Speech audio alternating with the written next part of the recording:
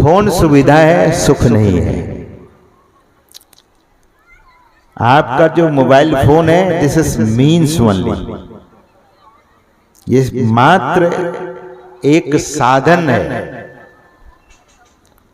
आप कितना भी महंगा मोबाइल खरीद लीजिए, मुकेश अंबानी की जो पत्नी है नीता अंबानी, बहुत लोग नाम जानते ही हैं, उनके पास 400 करोड़ का फोन है। आपको बिलीव नहीं होगा, 400 करोड़ का फोन। अब क्या लगाया उसमें? सज्जनों,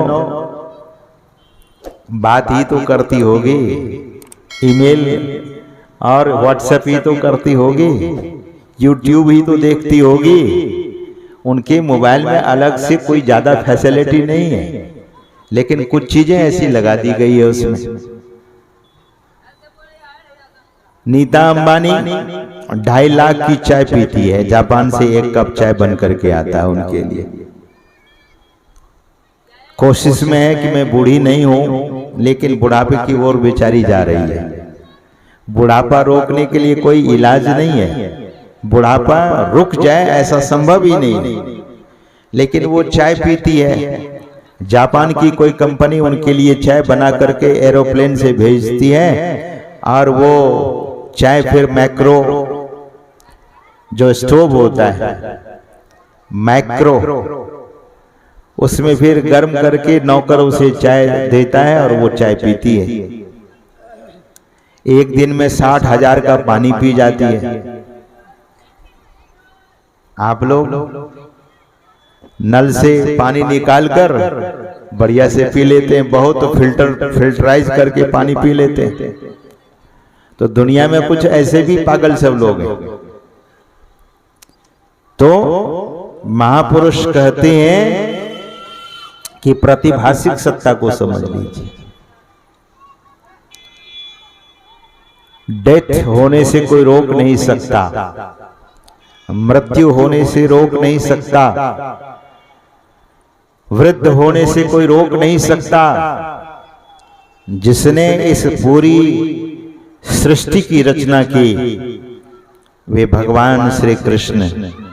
वैसे तो वे वृद्ध नहीं हुए।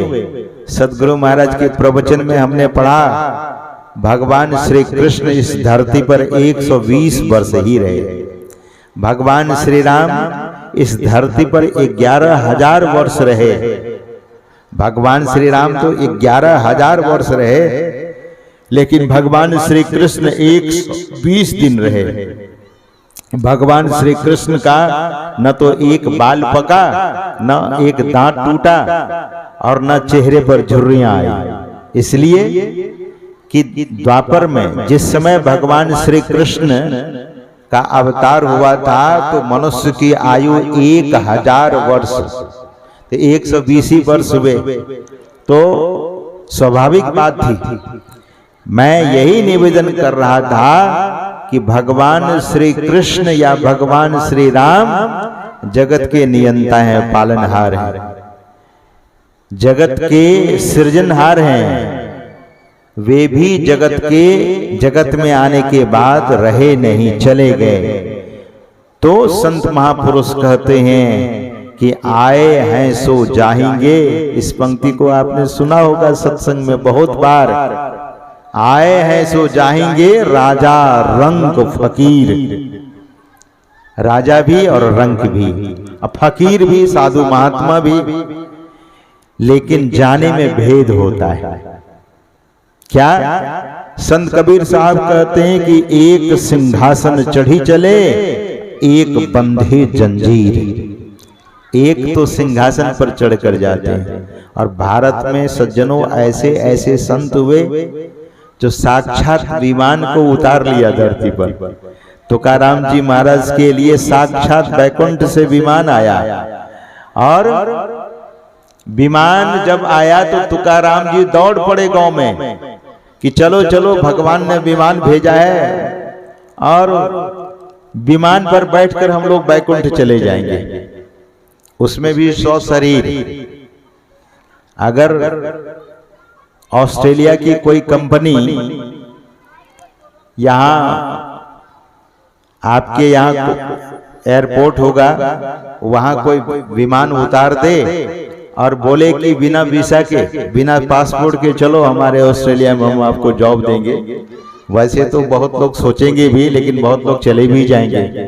तुकाराम जी महाराज जब गए गांव में सबको कहने के लिए कि भगवान ने विमान भेजा है, चलो भगवान के धाम चलते हैं, तो सबों ने मना कर दिया। बोले हमें यह काम, हमारा वो काम, हमारा ये काम, सब लोगों ने बहाना बना दिया। अंत में संत तुकाराम जी महाराज अपनी पत्नी से कहते हैं कि आप तो चलो। तो पत्नी कहती है कि भैंस बच्चा दी है, उसका दूध कौन खाएगा, हम भी नहीं जाएंगे। कभी कभी तो पत्नी लोग कहती है, माताएं कहती है कि मेरे पति, हम एक साथ जिएंगे, एक साथ मरेंगे। लेकिन सज्जनों, जब हकीकत सामने आता है तो लोग पलट जाते हैं। तो मृत्यु से कोई नहीं छूट सकता, लेकिन जाने की विधि को देखिए। तुकाराम जी महाराज विमान पर बैठे और चले गए 100 शरीर, 100 शरीर गए।